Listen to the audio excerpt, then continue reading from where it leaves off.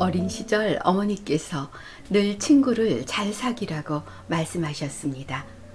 어머니께서 왜 그렇게 말씀하셨는지 이제 알 것 같아요.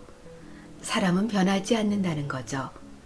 어떤 사람과 가까이 지내느냐에 따라 인생이 달라짐을 깨닫습니다. 공부를 잘했던 친구가 엉뚱한 일들에 휘말려 그때부터 영 다른 방향의 길을 걷는 모습도 보게 되고, 겉과 속이 완전히 딴판인 사람을 만나 경제적인 어려움을 겪게 되는 분도 있습니다. 우리 주위에 한 명 정도 있을 법한 사람, 그런 사람들과 관계를 맺게 되면 스트레스와 정신적으로 피폐해지게 됩니다. 그런 사람들은 마음을 갉아먹는 벌레와도 같습니다. 법정 스님께서 말씀하시는 절대로 상대하지 말아야 할 최악의 사람 특징 알아보겠습니다. 첫 번째, 만나는 사람에 따라서 태도가 돌변하는 사람. 성격이 나쁜 사람은 상대가 자신에게 이익이 되는지 아닌지를 항상 판단하고 사람에 따라서 극단적으로 태도를 바꿉니다. 이용 가치가 있고 뭔가 건질 것이 있다고 판단했을 때는 횡포에 가깝게 사람을 조정하죠. 많이 보는 예로 식당에서 종업원에게 반말을 넘어 명령조로 말하거나 사사건건 클레임을 걸듯 행동을 취하는 사람들은 눈여겨볼 필요가 있습니다. 성격이 나쁜 사람은 지위나 명예에 약한 경향이 있고 태도와 언동에 이면성이 존재해서 때로는 자신도 속고 있다는 사실을 눈치채지 못하는 사람도 있습니다. 만약 주변에 이와 같은 행위가 의심되는 사람이 있다면 그 사람이 약한 위치에 있는 사람들 앞에서 어떤 행동을 취하는지 주의 깊게 주시해 볼 필요가 있습니다. 사람을 무시하고 깔보는 사람, 자신이 얼마나 대단한 사람이라고 생각하는지 물어보고 싶을 정도로 사람을 깔보고 아래로 보는 사람이 있습니다. 예를 들어 목표를 위해 필사적으로 노력하는 사람에게 대놓고 노력해봐야 소용없다고 하고 아무렇지도 않게 말을 하는 사람이 있습니다. 두 번째, 사람을 이용만 하는 사람. 정말로 좋지 못한 성격의 사람은 타인의 솔직한 감정이나 선의를 교묘하게 이용해서 자신의 입맛대로 끌고 갑니다. 예를 들어 어떤 일로 좌절에 빠진 사람들에게 다가가 이런저런 일이 당신에게 도움이 될 거예요 하고 친절한 척 조언을 하지만 사실은 자신의 이익을 위한 덫으로 유도를 합니다. 게다가 만일 그 악행이 주모자인 자신에게 쏠리게 되면 그 영향을 실제 행동한 사람에게 전가하는데 이때 언행이 너무나도 자연스럽고 간단하게 보입니다. 때로는 주모자가 피해자로 변질되기도 합니다. 만약 당신 주변에 언제나 지시만 하고 말뿐이며 행동을 하지 않는 타입의 사람이 있다면 이런 부류에 속할 가능성이 높으니 주의할 필요가 있습니다. 세 번째, 언행을 함부로 하는 사람. 자신이 아는 지식을 드러내놓고 그것을 모르는 사람이 있으면 그런 것도 모르는 게 말이야 하고 조롱하고 무식한 인간 취급을 하는 사람, 이런 사람이 주변에 있는 것만으로도 자신감과 적극성이 떨어지며 최악의 경우 자기 자신의 정체성마저 잃게 될지도 모릅니다. 만약 그런 사람을 부모로 두었다면 더 말할 필요가 없을 겁니다. 이런 사람임을 눈치챘을 때 빨리 거리를 두세요. 다른 사람의 비밀이나 정보를 아무런 주저함도 없이 흘려버리는 사람도 같은 부류입니다. 만일 일상적으로 항상 그런 언행을 하는 사람이 주변에 있다면 그 사람과 절대로 말을 하지 않는 것이 가장 현명한 방법입니다. 네 번째, 뒤통수에서 남의 욕을 하는 사람. 다른 사람의 험담을 늘어놓거나 쓸데없이 나쁜 소문을 퍼뜨리는 언행은 결코 칭찬받을 행동이 아닙니다. 하지만 진짜 나쁜 사람은 당사자 앞에서는 웃는 얼굴을 하고 있다가도 잠시 자리를 비운 순간 그 사람의 험담을 늘어놓는 타입입니다. 특히 악질적인 것은 자신의 이익을 위해 의도적으로 악의적인 거짓말이나 소문을 퍼뜨리는 사람입니다.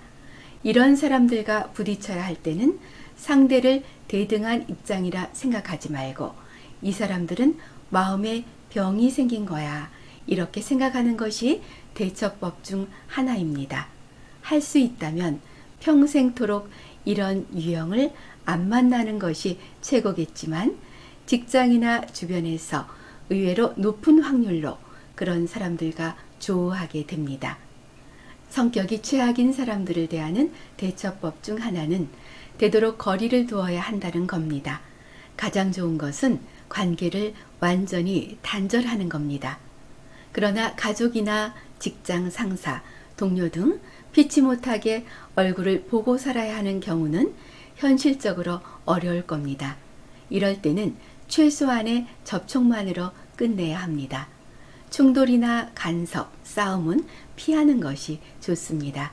그리고 조심해야 할 것은 실수로라도 상대의 성격을 고쳐보겠다는 생각은 보이지 않는 것이 현명합니다. 이것은 당신에게 큰 스트레스를 가져다 줍니다. 정신을 차려보면 오히려 자신이 그 사람에게 조종당하게 되는 상황에 빠질 가능성이 있습니다. 너무 티가 나도록 부자연스럽게 회피하거나 무시하는 등 돌연 서먹하게 구는 태도를 취하는 것은 나중에 트러블을 야기할 수 있는 원인이 됩니다. 그러니 되도록 자연스럽게 건들지 않으면 똥이 묻지 않는다는 마음으로 실행해야 합니다. 악성 질환에 걸렸다고 생각하고 지켜보세요. 만약 그런 사람들로 인해 극심한 스트레스를 받고 있다면 그것은 어쩌면 그 자리를 떠나 새로운 것을 찾아보라는 인생의 전환기를 암시하는 것일 수도 있습니다. 세옹지마라는 말이 있듯이 악역과의 만남도 그 의미를 잘 생각해 보면 자신에게 도움이 되는 방향으로 길이 보일 때도 있습니다. 5번째, 상대가 이야기할 때 귀를 막고 듣는 사람.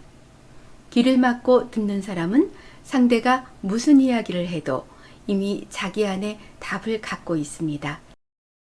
타협을 열어두지 않고 상대가 어떤 말을 해도 들으려고 하지 않을 뿐만 아니라 심지어 이야기를 계속 이어가는 사람을 깔보거나 업신여기기까지 합니다.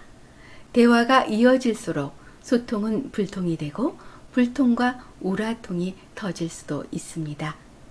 빨리 이야기를 그만두고 자리를 뜨는 게 상책입니다. 6번째, 필요할 때만 찾는 사람. 이런 유형의 사람은 필요가 충족되면 소식을 끊고 살다가 다시 뭔가가 필요하면 도움을 요청합니다. 인간관계는 끊임없이 애정과 관심을 갖고 보살펴야 하는 수동시계와도 같습니다. 애정과 관심이 식으면 경계가 생기게 마련입니다. 경계는 이제 다시 넘을 수 없는 한계로 자리 잡습니다. 필요할 때 필요한 걸 부탁하면 필요한 걸 얻을 수 없습니다. 인간은 필요로 맺어지는 계약관계가 아니기 때문입니다. 필요로 맺어진 인간관계는 필요가 없어지면 인간관계도 끊깁니다. 이런 유형은 내 이익만 챙기려는 사람일 수 있습니다. 다른 사람의 아픔에 눈 감는 사람은 사람으로서의 기본적인 윤리나 의무를 망각한 사람입니다. 상대방의 아픔을 사랑하는 사람이 진짜 사람입니다. 7번째, 타인의 의견을 부정적으로 받아치는 사람. 대화를 하다 보면 자기 생각이 언제나 옳다고 자신 있게 자기 주장을 펼치는 사람이 있습니다. 물론 자신감을 기반으로 자기 주관을 거침없이 이야기하는 사람을 부정적으로 이야기하지는 않습니다. 문제는 내 생각이 틀릴 수도 있다는 가능성을 열어놓지 않고 자신을 맹신하는 사람입니다. 지금 내 생각은 내가 살아오면서 겪은 간접적 체험이 역사적으로 축적돼 생긴 산물입니다. 생각은 그래서 역사성을 띠고 내 생각을 만들었던 그 당시의 상황이 지금과 다를 수 있기 때문에 지금 내 생각도 틀릴 수 있습니다. 더 심각한 문제는 자신이 갖고 있는 경험과 지식을 지나치게 높게 평가하면서 자신과 다른 상대방의 관점을 인정하지 않으려는 고집이나 안하무인의 자세입니다.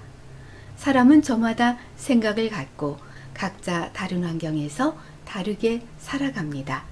누군가의 이야기가 틀렸다고 생각하기 이전에 내 생각과 어떤 점에서 다른지를 먼저 생각해 볼 필요가 있습니다. 모든 생각은 일리가 있다는 의견입니다. 귀하게 대접받으려면 귀를 기울여야 합니다. 경청할수록 경건해지고 상대방을 존경하게 됩니다. 귀를 기울인 만큼 나는 기울어지지 않습니다. 오히려 마음을 똑바로 세워 자존감을 갖게 만들어 줄 수 있습니다. 자세를 낮추고 귀를 기울일 때 소통은 화통해집니다. 진정한 대화는 나를 낮추고 상대를 높여주는 겸손에서 비롯됩니다. 나를 낮추고 상대를 높여주면 덤으로 나도 높아집니다. 어린 시절 어머니께서 늘 친구를 잘 사귀라고 말씀하셨습니다. 어머니께서 왜 그렇게 말씀하셨는지 이제 알 것 같아요. 사람은 변하지 않는다는 거죠. 어떤 사람과 가까이 지내느냐에 따라 인생이 달라짐을 깨닫습니다.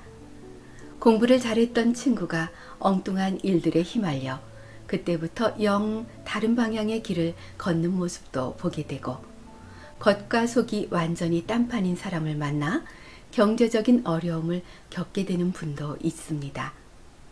우리 주위에 한 명 정도 있을 법한 사람, 그런 사람들과 관계를 맺게 되면 스트레스와 정신적으로 피폐해지게 됩니다. 그런 사람들은 마음을 갉아먹는 벌레와도 같습니다. 법정 스님께서 말씀하시는 절대로 상대하지 말아야 할 최악의 사람 특징 알아보겠습니다. 첫 번째, 만나는 사람에 따라서 태도가 돌변하는 사람. 성격이 나쁜 사람은 상대가 자신에게 이익이 되는지 아닌지를 항상 판단하고 사람에 따라서 극단적으로 태도를 바꿉니다. 이용 가치가 있고 뭔가 건질 것이 있다고 판단했을 때는 횡포에 가깝게 사람을 조정하죠. 많이 보는 예로 식당에서 종업원에게 반말을 넘어 명령조로 말하거나 사사건건 클레임을 걸듯 행동을 취하는 사람들은 눈여겨볼 필요가 있습니다. 성격이 나쁜 사람은 지위나 명예에 약한 경향이 있고 태도와 언동에 이면성이 존재해서 때로는 자신도 속고 있다는 사실을 눈치채지 못하는 사람도 있습니다. 만약 주변에 이와 같은 행위가 의심되는 사람이 있다면 그 사람이 약한 위치에 있는 사람들 앞에서 어떤 행동을 취하는지 주의 깊게 주시해 볼 필요가 있습니다. 사람을 무시하고 깔보는 사람, 자신이 얼마나 대단한 사람이라고 생각하는지 물어보고 싶을 정도로 사람을 깔보고 아래로 보는 사람이 있습니다. 예를 들어 목표를 위해 필사적으로 노력하는 사람에게 대놓고 노력해봐야 소용없다고 하고 아무렇지도 않게 말을 하는 사람이 있습니다.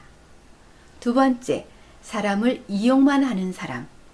정말로 좋지 못한 성격의 사람은 타인의 솔직한 감정이나 선의를 교묘하게 이용해서 자신의 입맛대로 끌고 갑니다. 예를 들어 어떤 일로 좌절에 빠진 사람들에게 다가가 이런저런 일이 당신에게 도움이 될 거예요 하고 친절한 척 조언을 하지만 사실은 자신의 이익을 위한 덫으로 유도를 합니다. 게다가 만일 그 악행이 주모자인 자신에게 쏠리게 되면 그 영향을 실제 행동한 사람에게 전가하는데 이때 언행이 너무나도 자연스럽고 간단하게 보입니다. 때로는 주모자가 피해자로 변질되기도 합니다. 만약 당신 주변에 언제나 지시만 하고 말뿐이며 행동을 하지 않는 타입의 사람이 있다면 이런 부류에 속할 가능성이 높으니 주의할 필요가 있습니다. 세 번째, 언행을 함부로 하는 사람. 자신이 아는 지식을 드러내놓고 그것을 모르는 사람이 있으면 그런 것도 모르는 게 말이야 하고 조롱하고 무식한 인간 취급을 하는 사람, 이런 사람이 주변에 있는 것만으로도 자신감과 적극성이 떨어지며 최악의 경우 자기 자신의 정체성마저 잃게 될지도 모릅니다. 만약 그런 사람을 부모로 두었다면 더 말할 필요가 없을 겁니다. 이런 사람임을 눈치챘을 때 빨리 거리를 두세요.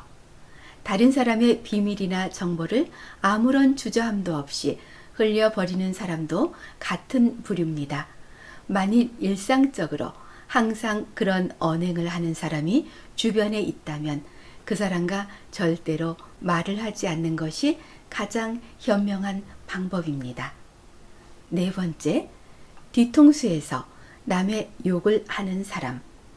다른 사람의 험담을 늘어놓거나 쓸데없이 나쁜 소문을 퍼뜨리는 언행은 결코 칭찬받을 행동이 아닙니다. 하지만 진짜 나쁜 사람은 당사자 앞에서는 웃는 얼굴을 하고 있다가도 잠시 자리를 비운 순간 그 사람의 험담을 늘어놓는 타입입니다. 특히 악질적인 것은 자신의 이익을 위해 의도적으로 악의적인 거짓말이나 소문을 퍼뜨리는 사람입니다. 이런 사람들과 부딪혀야 할 때는 상대를 대등한 입장이라 생각하지 말고 이 사람들은 마음에 병이 생긴 거야, 이렇게 생각하는 것이 대처법 중 하나입니다. 할 수 있다면 평생토록 이런 유형을 안 만나는 것이 최고겠지만 직장이나 주변에서 의외로 높은 확률로 그런 사람들과 조우하게 됩니다. 성격이 최악인 사람들을 대하는 대처법 중 하나는 되도록 거리를 두어야 한다는 겁니다. 가장 좋은 것은 관계를 완전히 단절하는 겁니다. 그러나 가족이나 직장 상사, 동료 등 피치 못하게 얼굴을 보고 살아야 하는 경우는 현실적으로 어려울 겁니다. 이럴 때는 최소한의 접촉만으로 끝내야 합니다. 충돌이나 간섭, 싸움은 피하는 것이 좋습니다. 그리고 조심해야 할 것은 실수로라도 상대의 성격을 고쳐보겠다는 생각은 보이지 않는 것이 현명합니다. 이것은 당신에게 큰 스트레스를 가져다 줍니다. 정신을 차려보면 오히려 자신이 그 사람에게 조종당하게 되는 상황에 빠질 가능성이 있습니다. 너무 티가 나도록 부자연스럽게 회피하거나 무시하는 등 돌연 서먹하게 구는 태도를 취하는 것은 나중에 트러블을 야기할 수 있는 원인이 됩니다. 그러니 되도록 자연스럽게 건들지 않으면 똥이 묻지 않는다는 마음으로 실행해야 합니다. 악성 질환에 걸렸다고 생각하고 지켜보세요. 만약 그런 사람들로 인해 극심한 스트레스를 받고 있다면 그것은 어쩌면 그 자리를 떠나 새로운 것을 찾아보라는 인생의 전환기를 암시하는 것일 수도 있습니다. 세옹지마라는 말이 있듯이 악역과의 만남도 그 의미를 잘 생각해 보면 자신에게 도움이 되는 방향으로 길이 보일 때도 있습니다. 다섯 번째, 상대가 이야기할 때 귀를 막고 듣는 사람. 귀를 막고 듣는 사람은 상대가 무슨 이야기를 해도 이미 자기 안에 답을 갖고 있습니다. 타협을 열어두지 않고 상대가 어떤 말을 해도 들으려고 하지 않을 뿐만 아니라 심지어 이야기를 계속 이어가는 사람을 깔보거나 업신여기기까지 합니다. 대화가 이어질수록 소통은 불통이 되고 불통과 우라통이 터질 수도 있습니다. 빨리 이야기를 그만두고 자리를 뜨는 게 상책입니다. 6번째, 필요할 때만 찾는 사람. 이런 유형의 사람은 필요가 충족되면 소식을 끊고 살다가 다시 뭔가가 필요하면 도움을 요청합니다. 인간관계는 끊임없이 애정과 관심을 갖고 보살펴야 하는 수동시계와도 같습니다. 애정과 관심이 식으면 경계가 생기게 마련입니다. 경계는 이제 다시 넘을 수 없는 한계로 자리 잡습니다. 필요할 때 필요한 걸 부탁하면 필요한 걸 얻을 수 없습니다. 인간은 필요로 맺어지는 계약관계가 아니기 때문입니다. 필요로 맺어진 인간관계는 필요가 없어지면 인간관계도 끊깁니다. 이런 유형은 내 이익만 챙기려는 사람일 수 있습니다. 다른 사람의 아픔에 눈 감는 사람은 사람으로서의 기본적인 윤리나 의무를 망각한 사람입니다. 상대방의 아픔을 사랑하는 사람이 진짜 사람입니다. 7번째, 타인의 의견을 부정적으로 받아치는 사람. 대화를 하다 보면 자기 생각이 언제나 옳다고 자신 있게 자기 주장을 펼치는 사람이 있습니다. 물론 자신감을 기반으로 자기 주관을 거침없이 이야기하는 사람을 부정적으로 이야기하지는 않습니다. 문제는 내 생각이 틀릴 수도 있다는 가능성을 열어놓지 않고 자신을 맹신하는 사람입니다.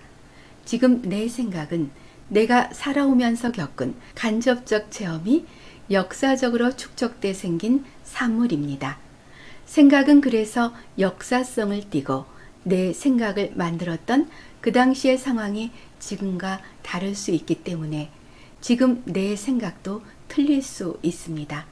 더 심각한 문제는 자신이 갖고 있는 경험과 지식을 지나치게 높게 평가하면서 자신과 다른 상대방의 관점을 인정하지 않으려는 고집이나 안하무인의 자세입니다. 사람은 저마다 생각을 갖고 각자 다른 환경에서 다르게 살아갑니다. 누군가의 이야기가 틀렸다고 생각하기 이전에 내 생각과 어떤 점에서 다른지를 먼저 생각해 볼 필요가 있습니다. 모든 생각은 일리가 있다는 의견입니다. 귀하게 대접받으려면 귀를 기울여야 합니다. 경청할수록 경건해지고 상대방을 존경하게 됩니다. 귀를 기울인 만큼 나는 기울어지지 않습니다. 오히려 마음을 똑바로 세워 자존감을 갖게 만들어 줄 수 있습니다. 자세를 낮추고 귀를 기울일 때 소통은 화통해집니다. 진정한 대화는 나를 낮추고 상대를 높여주는 겸손에서 비롯됩니다. 나를 낮추고 상대를 높여주면 덤으로 나도 높아집니다. 품이 있는 삶, 품이 있는 그녀, 그리고 그.